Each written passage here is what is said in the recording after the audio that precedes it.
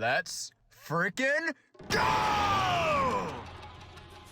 What's up, gang? It's Chromeshade here, bringing you some exciting news. Following rumor after rumor, the Out Arc finally has a confirmed date to debut in the anime. The show has been in the midst of the Kara Actuation Arc for the past few months. These episodes are anime canon additions that will flesh out and lead into the Out Arc. Now, I'm sure you've heard this 100 times, but anime canon is not filler. Filler episodes are one-off little stories that have no bearing or impact on the arc.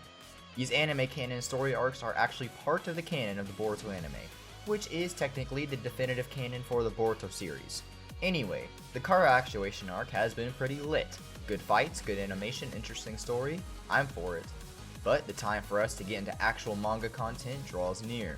Organic Dinosaur is a very reliable translator who contributes a ton to the Boruto community. She takes Japanese statements, releases, and news and translates them into English.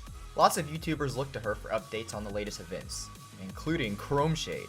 She's been playing a bit of a riddle game for the past few weeks as people try to figure out when the Out Arc will start, but now she has said it straightforward. The Out storyline will officially debut with episode 178 on December 13th. Episode 174 was a few days ago.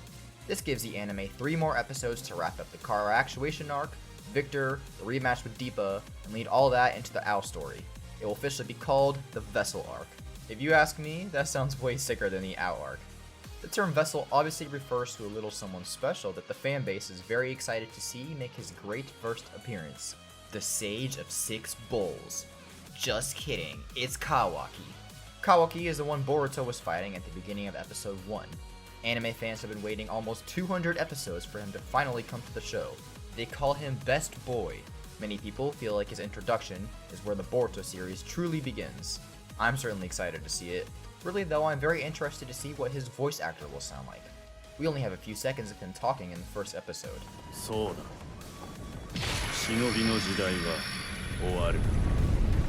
His voice is deep, it's serious, and it's intimidating. But surprisingly, the person who voiced this scene was never revealed. This makes me think that it might have just been a temporary fill-in with the intention to cast for this role a few years later. Or maybe not. Maybe they just wanted to keep it a secret. Who knows? Not Chromeshade. I'm really looking forward to seeing how he sounds though. The Naruto series has never been one to hire famous voice actors, but recently, Kenjiro Suda was brought on to voice Jigen! Suda is a talented voice actor who's been in JoJo, Fire Force, Tower of God, Attack on Titan, Fairy Tail, Seven Deadly Sins, Pokemon, Yu-Gi-Oh!, One Punch Man, and recently, Overhaul for My Hero Academia. He's a very prominent figure, so I was surprised to see him join the series. Madara is a good example. I've never heard him in anything before, and I still haven't heard him in anything since. But his actor provided one of my favorite character voices of all time. 体術において俺の戦ったものでお前の右に出る者は一人としておらんこのマダラがお前を最強と呼んでやる I don't think I've heard any of the Boruto protagonists in any other prominent shonen. Honestly though, I kind of like it like that. When you hear a character with the same voice as one of your favorite characters on another show, you constantly think of that other character. When it's somebody you haven't heard before, you think of them as that character alone. Like Chris Sabat. When I hear Chris Sabat give a performance, he is Chris Sabat, a beastly voice actor who has done a ton of awesome roles. I won't surrender control, that's not the man I am! Let Kakarot use his thoughtless ultra instinct all he wants, but I'm the one who's going to crush you, Jiren! And I'll do it my way! When he gives a great performance as All Might or Vegeta, I think, man, Chris Sabat is such a talented voice actor, and I imagine him yelling those lines in the studio. But I've never watched anything else with Naruto's voice actress. When she speaks, to me, it is Naruto talking. It doesn't sound like someone voicing a character, it sounds like Naruto Uzumaki is opening his mouth and words are coming out. You get my point, but I'm happy either way. As long as the actor or actress can give a good performance, it doesn't matter to me who they are. Kenjiro Suda can give an excellent performance, so I can't wait to see his work as Jigen. 俺が崩すのはこの世界その構造そのものだ目の前の小さな正義だけの感情論だけのヒーロー気取りが俺の邪魔をするな When it comes to Kawaki, I have no doubt that there are waves of voice actors trying for that role, so Studio Pierrot should have no problem finding someone talented. Here's something though, I do find it interesting that it's called the Vessel Arc rather than the Ao Arc. The Mujina Bandits arc was called the same thing in the anime as it was in the manga.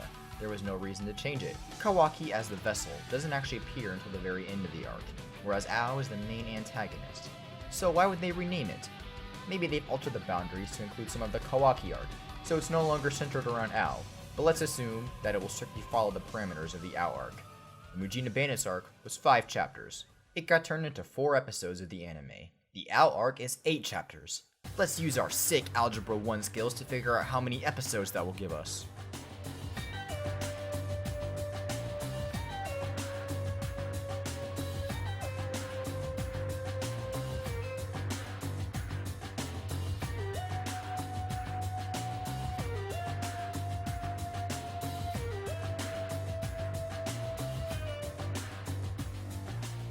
There you have it, folks, 6.4. So depending on the pacing, and assuming it will adhere to the boundaries of the Ao arc, the Vessel arc will be 6 or 7 episodes. It's gonna be sick, dudes. There's lots of high-tech ninja stuff, Kara action, and our boy Kawaki. What do you guys think? Let me know in the comments below. Be sure to like and subscribe if you enjoyed the video. We're halfway through 800, guys. Our next goal is 9. Thank you for the support. I'm Chrome Shade, and I'll see you in the next video.